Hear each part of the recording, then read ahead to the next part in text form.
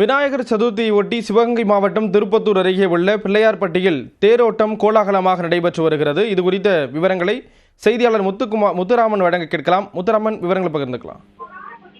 ஸ்ரீராம் சிவகங்கை மாவட்டம் திருப்பத்தூர் அருகே உள்ள பிள்ளையார்பட்டியில் கற்பகநாயர் ஆலயத்தில் விநாயகர் சதுர்த்தி விழா விமர்சையாக நடைபெற்று வருகிறது. இதனை முன்னிட்டு கடந்த 18ஆம் தேதி கொடியேற்றத்துடன் விழா தொடங்கியது.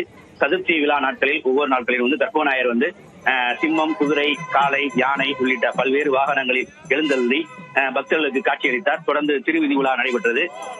சதுர்த்தி விழாவின் 9ஆம் நாளான இன்று தேரோட்டம் வெகு விமர்சையாக நடைபெற்று வருகிறது.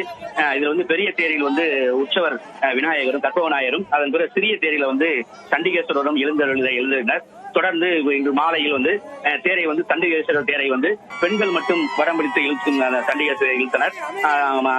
உற்சவரான கற்பகநாயர் உள்ள தேரை பொதுமக்கள் மற்றும் பெண்கள் மற்ற அனைவரும் சேர்ந்து இழுத்தனர். தேர் தொடங்கிய சிறிது நேரத்திலே மழை பெய்ய தொடங்கியது. இதனால் பக்தர்கள் மகிழ்ச்சி அடைந்தனர்.